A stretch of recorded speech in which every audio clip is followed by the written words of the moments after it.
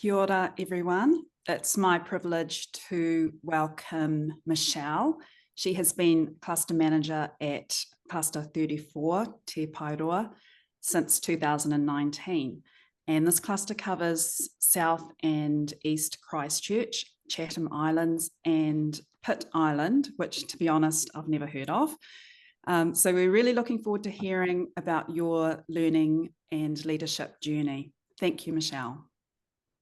Oh, ngā mihi, Rose.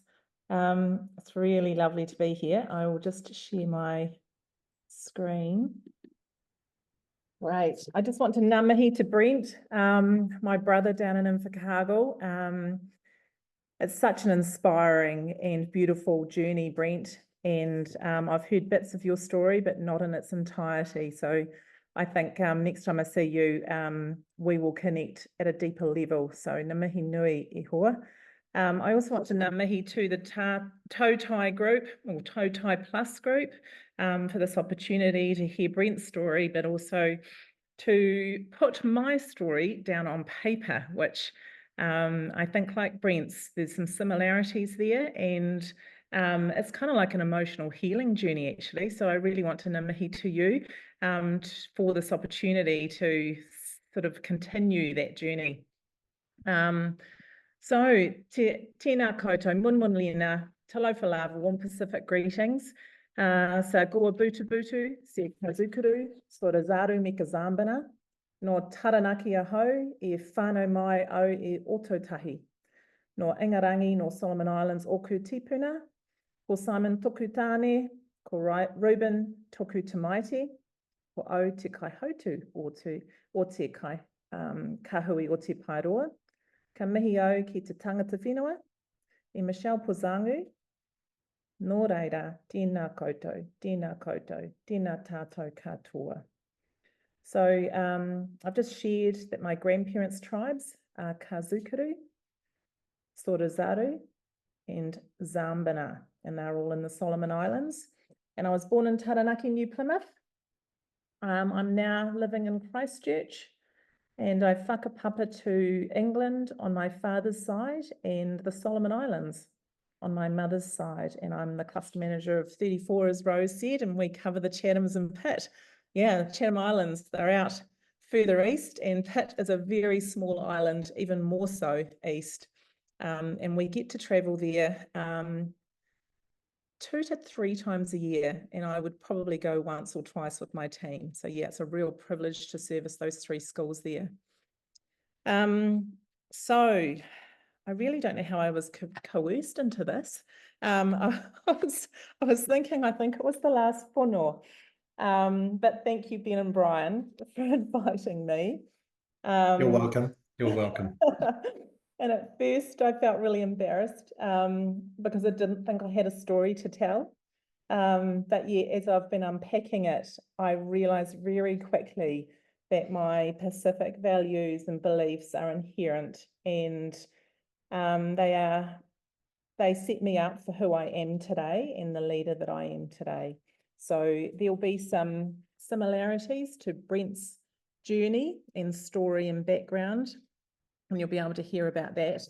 And I guess it just grounds me. It's grounding me more and more as I learn more about my Pacific culture. So if there's anything you can take away from today when I share my story, is that sometimes you can feel like a foreigner in your own country. Sometimes you feel that your experiences don't matter, or maybe it's just you feel you don't belong anywhere in particular. Leaving one's culture at the school gate and picking it up at 3 p.m. is not a thriving learner. And it has taken me well into my 40s, and now I'm 52, to develop a stronger identity and begin to feel like I belong somewhere. So I guess my story starts with this team, because it ends and starts with this team. They're not all my current team. This was a couple of years ago when we had a Pacifica Fono with Tūwhalasi Tālini, who's a university lecturer at Canterbury. He's there in the right side, 3rd row back. And it was a lovely day, and it kind of started my real deeper understanding that I need to discover a little bit more about my Pacifica journey. And that was really only a couple of years ago. So this is where I'm going to start. On the left, my big taipe and my small taipe. So Alfred and Nina Beasley in the Solomon Islands, they are my grandparents on my mother's side. He is the chief of the village in Munda, and he was a hardworking gardener and fishing man. And my small taipe was also a gardener and a proud homemaker. She was the most kind and forgiving and loving person I've met in my life. And I'd only visited the Solomons 3 times while she was alive, and they've come out twice. So only a few meetings with them, but she has been a very significant person in my life, and family and kindness is everything to her. And then on my right, I have Jane and Harry Cole. They are my father's parents. I think this was their wedding, actually. I only met them once, and I've only heard stories of how hard they worked to bring up their 5 children. He was a milkman, and Jane was a proud homemaker. And so they came from really humble beginnings in Yorkshire, Bridlington. And then we go to, oops, skipped a slide. So here we are. These are my parents. So on the left is my mum, who was born in Munda. So Munda has now got an international airport. So hence you can see a red aeroplane on Munda. So there is an international airport in Honiara, the capital, and now Munda. And so that is something that we're really proud of. And you can now fly from Brisbane to Munda direct rather than going to Honiara. So my mum, she was born in Munda, New Georgia. It's the Western Province in the Solomon Islands. They're typically known for very strong, ferocious females, quite outspoken females. So I have to make sure I curb that part of me. She was the daughter, the oldest daughter of 6, and she's got, they've got good fertility in their family. I have 27 first cousins, and I can't even imagine how many second and third cousins I have. But I think that can be a Pacific Island trait. I think we tend to have great fertility rates. And in her village, land is matriarchal. So she was given the best land in the island, in the village. It's a prestigious hill in her village that overlooks the whole island. But she was also given an island which will be underwater in about 50 years. So it's barely above water at the moment. She was privileged enough to win a scholarship to attend New Plymouth Girls High School in the 60s. And I think she stayed there for 2 years with a host family. On her return to the Solomons, her family had moved to Honiara, the capital, where she trained as a teacher. And she was the first teacher in the Solomon Islands to broadcast on the radio to the outer islands. So she is she was incredibly articulate. So I can understand why they chose her to be a broadcaster on the radio. Dad's got a bit of a story. He was 19 when he tried to enroll in the police in England. They turned him away and told him he was too young, and told him to go and experience the world and come back in 2 years' time. So he signed up as a voluntary service officer and was sent to the Solomon Islands. As a young 20-year-old, he was given his first project, which failed miserably. It was to eradicate malaria. We laugh about it now. He was and still is an avid tramper. So he was given the role of trekking through Guadalcanal, which is where Honiara resides, and he had to map the various villages and buildings so they could be sprayed with DDT, some kind of insecticide, I think, and it had negative impacts on the environment, so they did stop it eventually.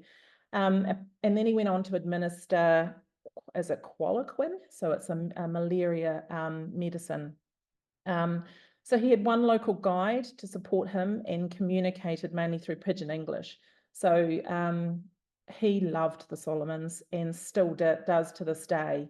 And that's how he started in Honiara. I guess they weren't really supposed to meet. They shouldn't have met. Mum was finishing her teaching training and they bumped into each other in Honiara. It's definitely not the done thing for a chief to have his eldest daughter marry a white man, because typically she would leave the island, leave her village, leave her prestigious land and go elsewhere. And that's exactly what she did. Mum became pregnant very quickly at a young age. And in that middle photo is their wedding day. I think he was 20 and she was 22. She has my sister in there. My sister was about probably 7 months in her tummy. And so Big Tautai did not approve of this wedding. So the story goes that Mum and Dad were married and they were quickly escorted out of the church, out the back door to a secret private venue, as Big Tautai and my uncles gathered up their bush knives and stormed the church. So not a great start to their marriage. Mum and Dad were quickly put on a plane to New Plymouth, where Mum knew that she'd be welcomed with open arms from her host family in New Plymouth. And there was quite a few connections still there from her high school days. And there they resided in New Plymouth. So the picture on the left is Mum's village. And then on the picture on the right is my gorgeous sister, who's 2 years older than me, and myself and my mum, and her wearing her amazing afro in those days. I think she used to keep a comb in her hair at all times. That's our house in New Plymouth. Dad was a police officer there, so that would have been the police home that you got basically for very cheap rent.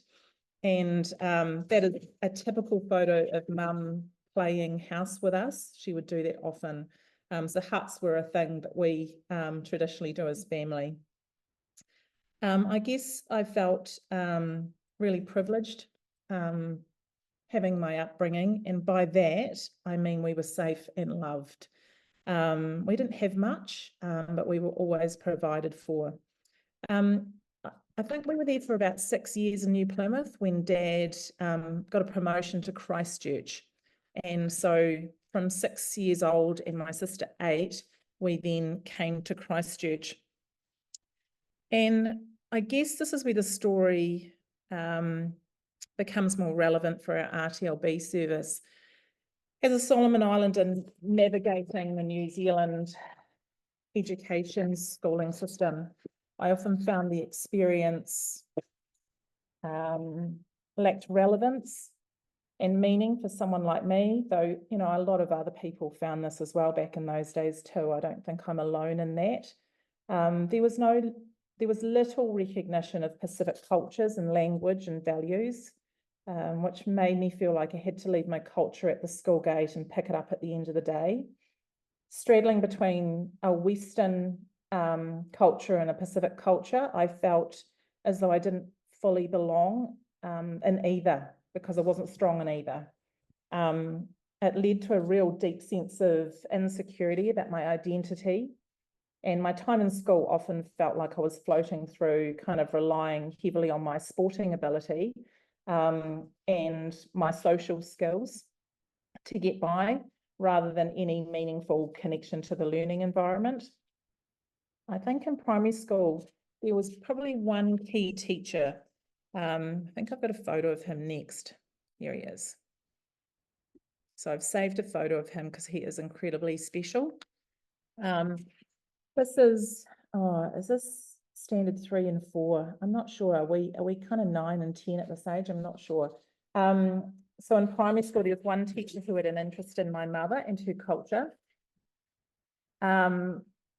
There were very few Pacific Islanders, or very few, there was lack of diversity in this school. It's a gorgeous school. I loved my primary school, loved my friends. But I guess my mum was very brave walking in those school gates. She's incredibly dark, chocolate skinned, and it was a predominantly white school, and very few other cultures dominated.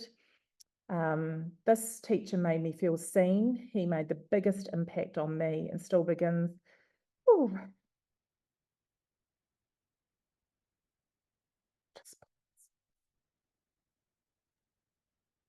You're good, Michelle. You're good.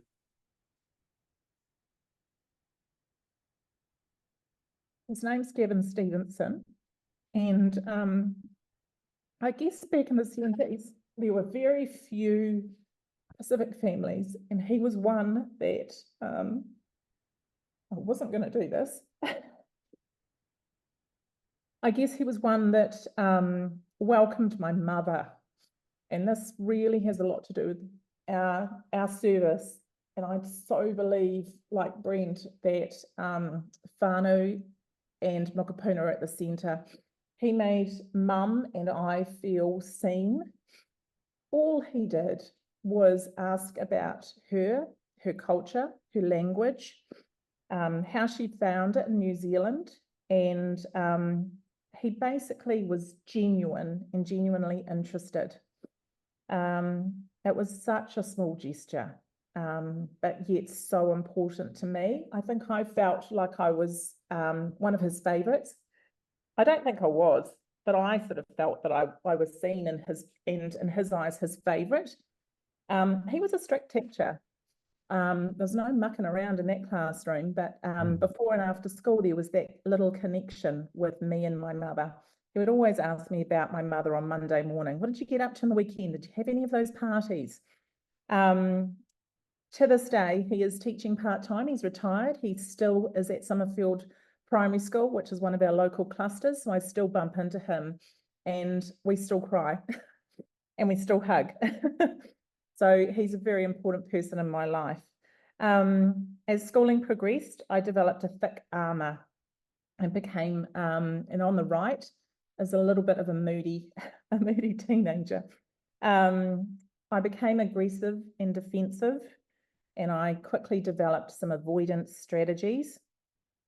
By the time I was 15, I developed into the class clown as a way of avoiding learning that was irrelevant. I got told to be quiet.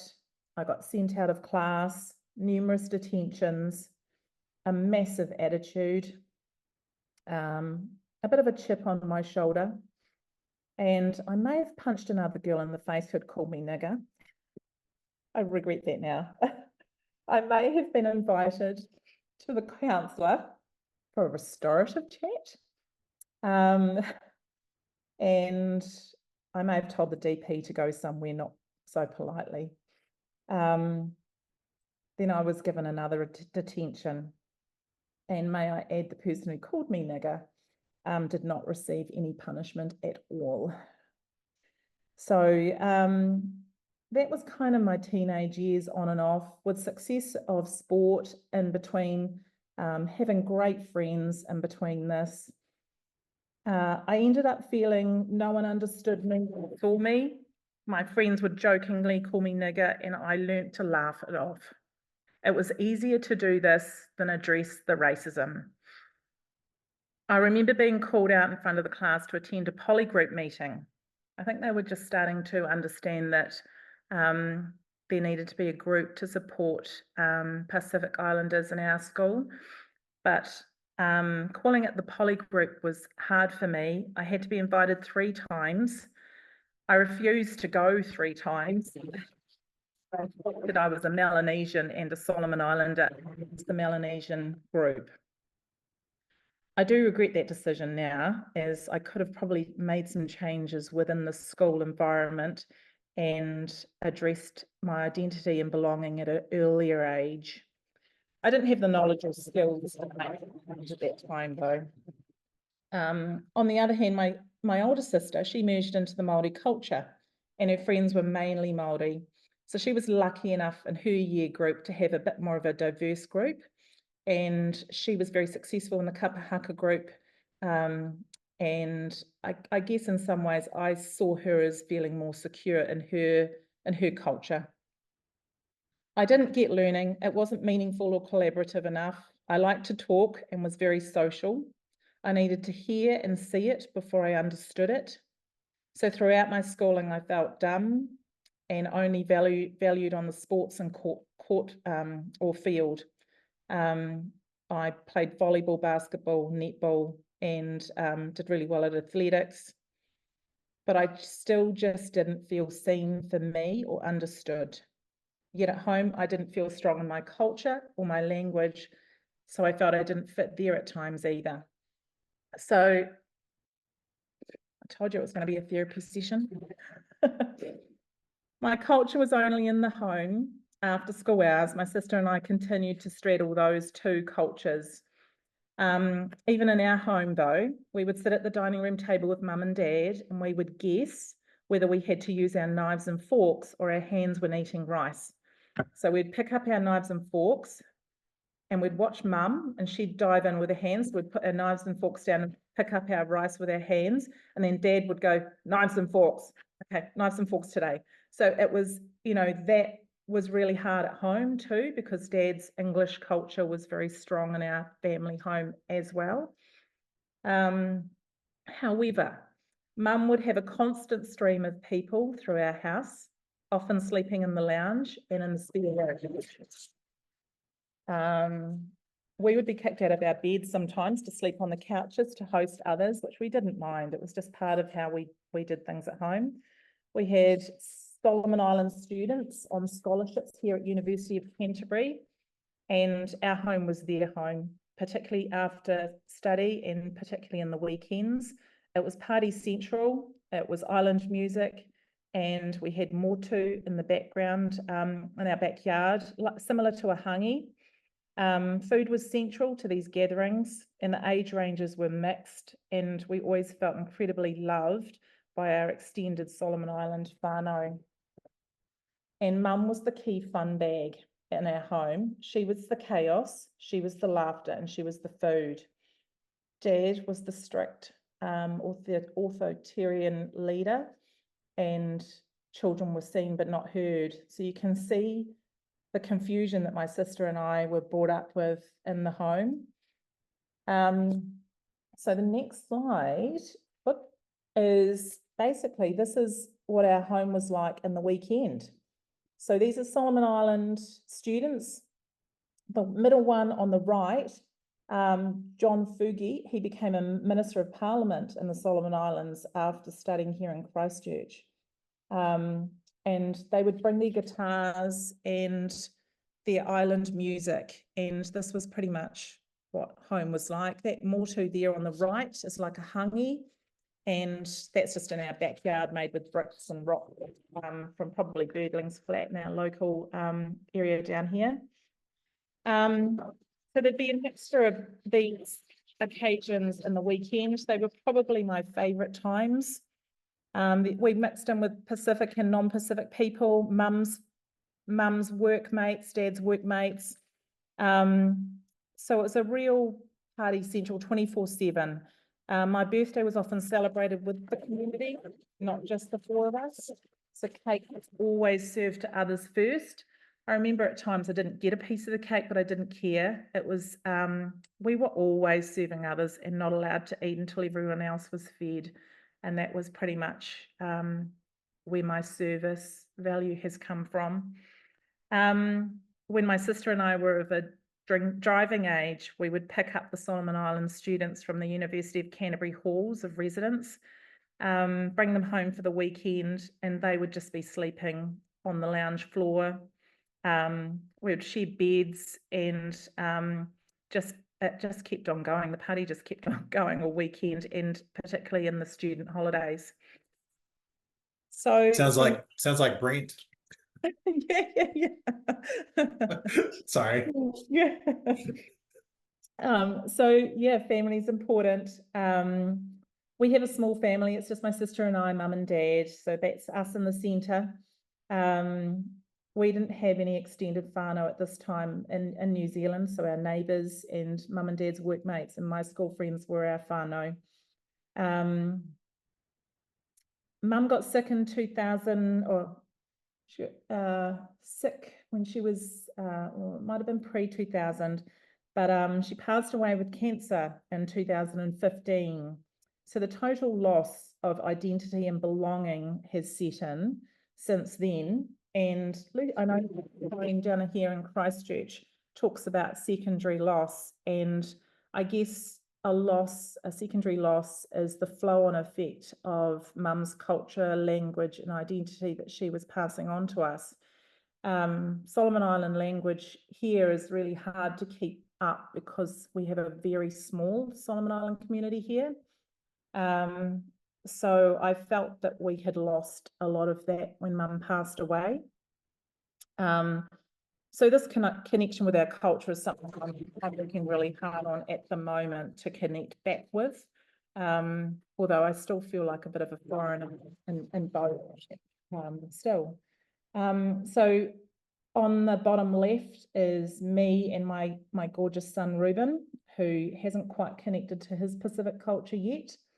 And my husband on the right, and two of our Solomon Island community members who are studying in Sydney at the moment. On the right, I have two photos of my nephew. So a bit of a story here. My sister is the one with the yellow bag, and her husband, Chris, he's Māori, and so she's Solomon Island and English. So my nephew straddles Māori, New Zealand culture and Solomon Island culture really beautifully. I would say that's a reflection of his amazing high school. So here he is at Polyfest up the top, and here he is down the bottom right at a kapahaka competition recently this year. And I just want to acknowledge that Kaipoi High School for my nephew has been incredible. He's not an academic learner. He has some barriers, but he has shone culturally in both cultures, in Pasifika and in his Māori culture. He's won awards, he's been a cultural leader, and he not once thought that he was a failing student or learner. He was celebrated in what he was achieving. So he's pretty special to me. So that kind of leads me on to my why, which is probably a little bit more relevant now, but you can see where I've come from. So my why is making a difference for our moka who feel their voices have not been heard, and that I hope every moka puna has a chance to be seen, shine, and feel successful in whatever they choose. And I've found an organisation that aligns with my why so strongly that I'll probably be here for quite some time. So our Te Paeroa vision is to ensure success for all moka puna through collaboration and inclusive education. And our mission, And our mission is we strengthen and empower kaiako to enhance those educational outcomes.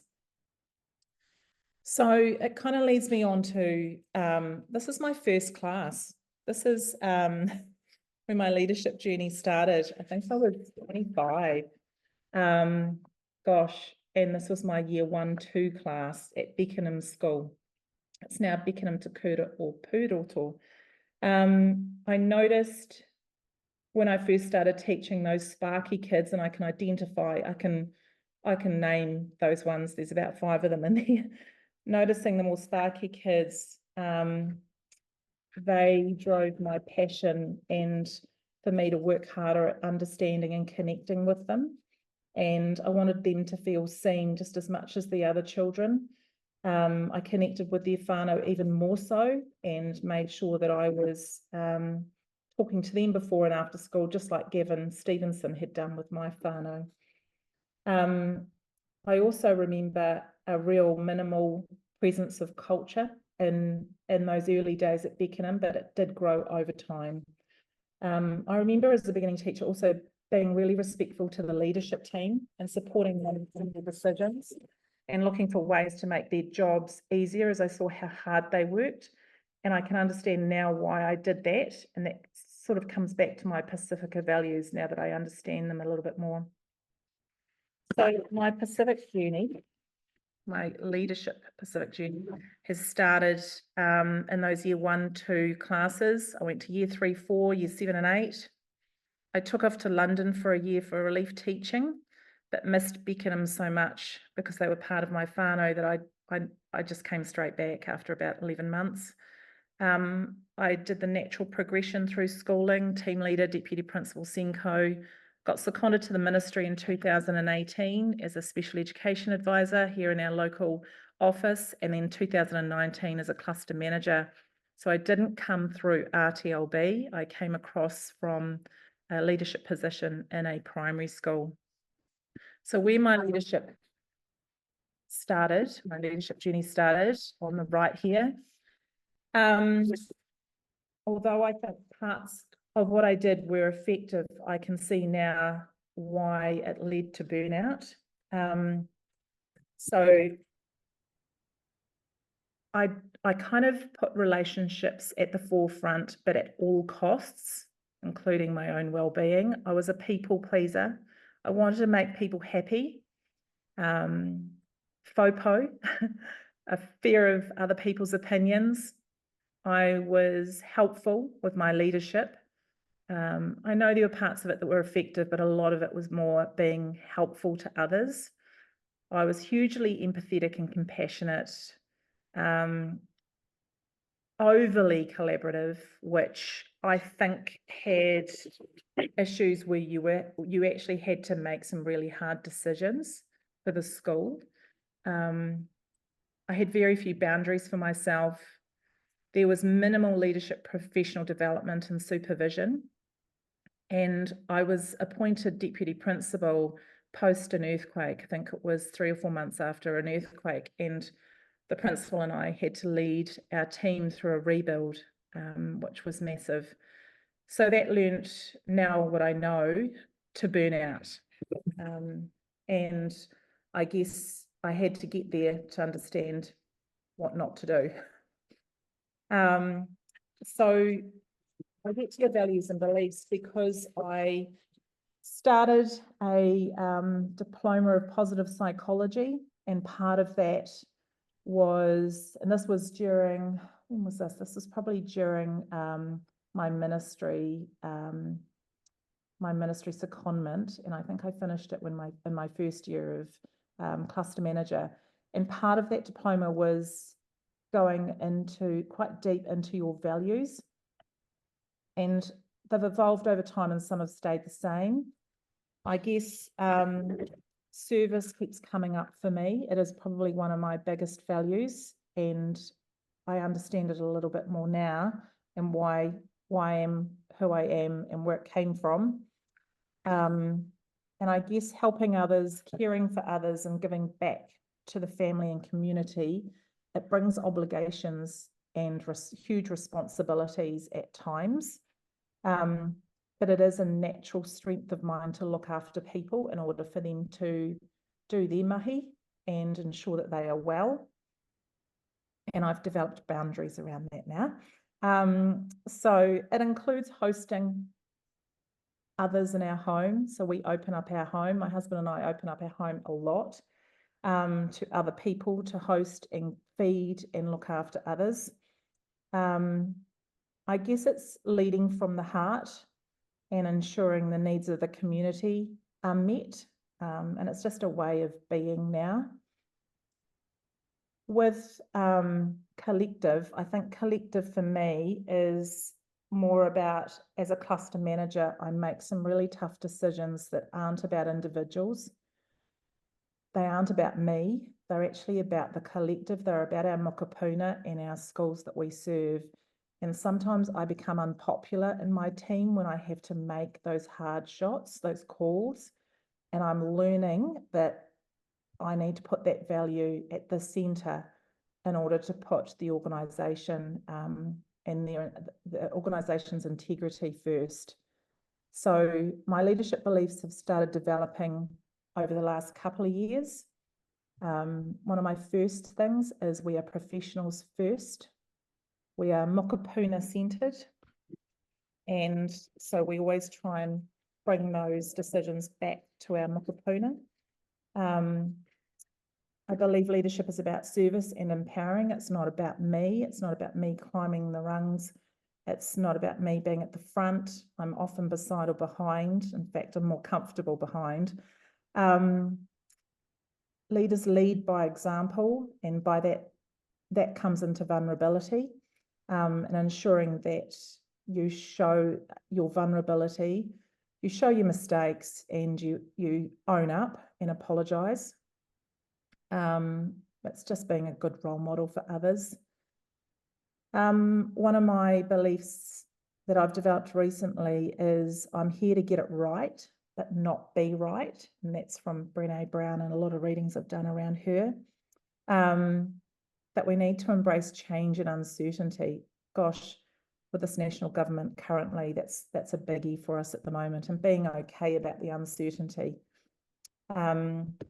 Leaders need boundaries is a big one for me. I'm an empath, and I cry when everyone else cries.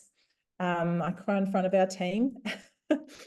And I have just recently built up a little bit more of a boundary around that, so that I can ensure that I am leading our cluster and putting our cluster in our mokopuna first at the centre. And so I guess this is where I'm at the moment. So my values and beliefs guide my leadership. It's a journey. I mean, we never ever get there, do we? Ever. There's no end. It's ups and downs. And we have a facilitator, Tony Birkin, who comes and supports our team and our senior leadership team. And he talks about an accident and emergency analogy where they care less without being careless. I'll just get my notes because I've got to get this right. So it's around when patients come into that accident and emergency assessment area, and those doctors and nurses need to be able to assess very quickly what the issue is and pass them on to the next people who can treat them. So if they cared too much, people would end up dying because they would be staying with one patient for far too long. So there's that kind of careless, but without being careless or negligent.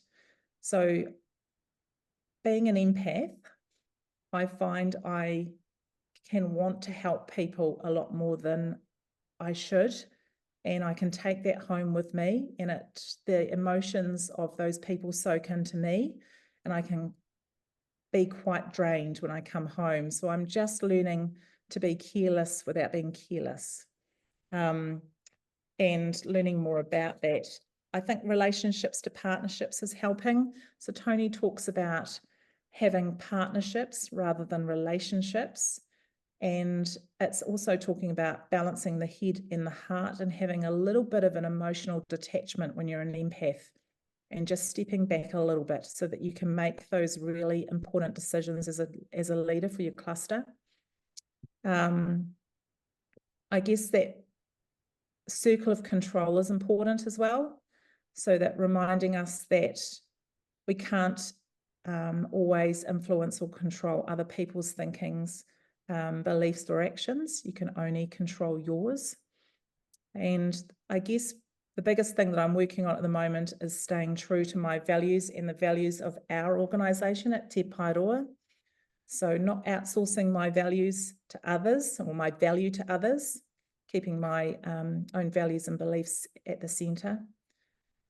Being courageous about not being liked all the time, because you're making those hard shots, those hard calls.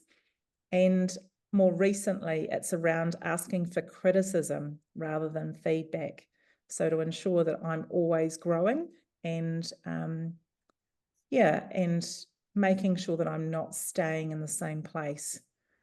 So I've put the photo of our team again at the end, because without our team, my team, I wouldn't be who I am today. I grow from them, I learn from them, they challenge me, and I'm really thankful for them, their support every day when I go into the office. It is like a whānau in our office. So yeah, that's kind of my journey. It's a bit of an emotional one, but that's because I'm on a bit of a healing journey as well. It's been pretty big in the last couple of years. So ngā mihi nui. Thanks, Michelle. Is that your final slide? That's thank you for sharing. I think the journey that you've shared is actually quite similar to lots of us, especially those that were born here, that we come from different Pacific cultures. And I can honestly say from my experience, I always keep telling myself, okay, so I'm not very fluent in the Samoan language, yet I've grown up in the New Zealand education system. And yet when I go and visit my islands back home, I feel that I'm a foreigner in my own, from where I'm from. I guess I keep saying to myself, I'm in the grey area. I'm always in the grey area. Yeah. And that when you're in the grey area, you sort of like come up with your own boundaries, not just only to protect your values and protect your beliefs, but also just to protect yourself and protect what you believe in. Anyway, I'm not going to ramble on anymore. We're going to go to some questions. If anyone has any questions in the chat. Michelle, can you stop sharing, please? Please. Yeah, Perfect. let's go. We'll I don't think there's any. Rose, was there any questions in the chat? Yes or no? I can't see on the bottom. No. No, okay. Now we're going to open it up. So we're going to open up the forum. And if you have a question to ask Michelle, are you okay taking some questions if anyone's got some to ask? I'll try and answer them. Yep. Okay. Okay, we're going to open up. If you have a question for Michelle, please use your reaction and have your hand up, and then we can get into it. How about you ask a question, Ben? Me? Okay. Michelle, what advice would you give to anyone who's considering a leadership role? Oh, leadership. Well, it's not about you. It's about the people you are leading. And if you can find your why and unpack your values to a bit more of a deeper level, and maybe go on a bit of a whakapapa journey and discover that, and find your why, it's probably not ever going to be about you climbing up and getting a bit of a crown and a throne in a car park somewhere. It will always be about others. It'll always be about the team that you are leading. So yeah, I think humility is probably one thing missing in some people's leadership repertoire. You come up, you can go into some schools and other organisations and come across people, and I think humility is one thing that people need to think about, because it's not about you, it's about others. Absolutely. Absolutely. I'm just thinking, I'm dying to ask this question. You've come from a DP Senko role into a cluster manager's role. You've been through the mainstream and now you're in learning support. What are some of the positive changes you've seen, and what do we still need to work on? In schools, positive. In schools. Systemic change. So I guess what I see in our schools, where I'd love to go a little bit more with the senior leadership teams, is looking across their school-wide systemic change. We often help and support and empower kaiako individually, and yet they're caught up in a system internally where those changes can't be made because their leadership team or their whole school shared understandings aren't quite there yet. Right. And if we can work with the senior leadership teams on systemic change, then I think it will trickle down to the kaiako. Or if we've got kaiako who are brave and courageous, we can work from the bottom, and empower them to make the changes. I totally agree. Yeah. hopefully senior leadership team would be open to that, but systemic change. Awesome. Thanks. We've got Lorraine, who's actually got her hand raised. So Lorraine, when you're ready, hi Lorraine. Hey, how's Gisborne? Oh, no, Lorraine. Sorry, Lorraine, if you unmute yourself, then we can hear your question, buddy. Thanks, sis. Oh, There you go. Tautai. Kia ora, Ben. Kia ora, Brian. Hey, Lorraine. Hey, Hi. good to see you. Good to see you too. We had the advantage of chatting with Michelle a bit earlier in our breakout, so I was really privileged to have you in our group, or to be in your group, our group. One of the things that you talked about was leaving one's culture at the gate, which I think is really interesting when we walk in, because you've gone into this the schools where you're at, where you were teaching, and your culture wasn't big there. So I was just thinking about that. When you leave your culture at the gate, you know, who do you become? Do you become the school? Do you become your values that you're trying really hard to live by? And I think not going to the school, but as RTLB now, has that changed for you? Do you, and when you go into other schools, do you go in with your RTLB hat on, or when you work with the ministry, or is your culture left at the gate? Yeah, good question. I think it's part of me, how I am and how I live my life. When we are invited into our schools, we're mana hiri, so being aware of their vision, their values is probably at the forefront. And I can still be me and hold my values as well. I guess if there are any conversations around connection, whānau, any other cultures, I guess I can bring some of my experiences and my leadership beliefs to that table and my values through the conversations. So knowing that connections for me with whānau are really important, and hearing their aspirations. So I would bring it through that way, but ensuring that I was still really respectful around their values and what their visions of their school are. Absolutely, thank you for that. And I agree with you. Systemic change needs to change. Yeah, Thanks, Lorraine. Thanks, Lorraine, for your question. Good to see you again.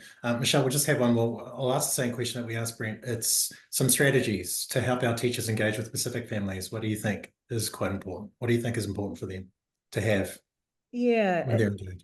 It's probably mixed and varied. I'm just doing a wee bit of study and research at the moment, and our Pacific whānau are so diverse and so unique that it's really hard to put in place a generalized kind of strategies. But for me, I was just reading something yesterday around whānau voice, and when they're in IEP meetings or school meetings, and there are more professionals sitting around the table than whānau, it can sometimes be really challenging for them. And then there's academic acronyms and terminology that are used which they don't understand. And so they often remain quiet and will nod and say yes and be very respectful, but they actually don't know what's going on and don't understand. And so having someone, a support person around that table, somebody who can translate sometimes, I think just ensuring there's not, like, the numbers of people around that table are not overpowering a whānau or an ainga. So yeah, that's probably something that's come up for me just recently. Okay. Thanks, Michelle. We've got one more question. It's from Abby. Abby, if you're okay, do you want me to ask, or you can come over across and ask that question? I'll ask for you on your behalf. She says, how have you and how would you support others to hold on to their values? Since you've mentioned not outsourcing your value to others. So how would you support others to hold on to their values? Good question. That's the 21. They always come up with good questions. Yeah, Abby's good, isn't she? Yeah. Gosh. I guess understanding your values and where they come from and your story, it creates a real confidence, and I guess it's like a good armor where you can create your own armor around, this is what I believe in, this is what I value, and be really confident about it. I think you end up just being that. It's hard to describe, really. I know I've done a little bit of a turn this year. My couple of my colleagues have said you've changed, and for the good. They were good. It was a good feedback, and I think for me, just being aware of them and being more confident and understanding them at a deeper level. Yeah, it's a hard one to understand, really. I probably need to think more deeply about why that's happened. Yeah. Okay. There is a, I think I'll leave, but that, do we have time for one more question, Brian, or not? Up to you, Ben. Oh, okay. This Cool. one's actually from Lita, who says, Tony Birkin's been around for a while. Sometimes it doesn't click with Pacifica. That's from her experience. Yes. How did you make it work for you? Is Yeah. what she's asking. Okay. Yeah, totally. And I acknowledge this with my team, and particularly my senior leadership team, who have had a lot of Birkinator in the last 2 years. We call it a Birkinator. I like you that. just take, like any facilitator, like any professional development, you just take the bits that are meaningful to you. I don't agree with everything Tony says. He knows that. But I take those real gems out of every professional development or facilitator, and I just take those ones that resonate with me. So yeah. As with any professional, yeah. We just take the right. bits. Yeah. Thanks. Thanks so much, Michelle. I'm not going to put you on the hot sauce now. I'm going to hand it over to Rose, and Rose can finish off. Hapai tō mahi, Michelle. Thank you for sharing your personal story with us and the importance of your Pacific values, particularly service, which have helped shape the person you are today. It was great to hear of your connection to the Solomon Islands, and you've really reminded us of the important role teachers have with our students. I think we can all remember our favourite teacher at school and why. They made us feel safe and understood us. So on behalf of us all here today, we thank you for your leadership by accident, and especially the work that you're doing in the RTLB service. Thank you so much for being part of our Fono today. Ngā mihi nui, Rose. Thanks, Michelle. Very powerful what you've shared, and yeah, we're with you. We're with you, and it's okay to cry because I cry all the time. Hey, hun. Yeah. Okay. Whatever.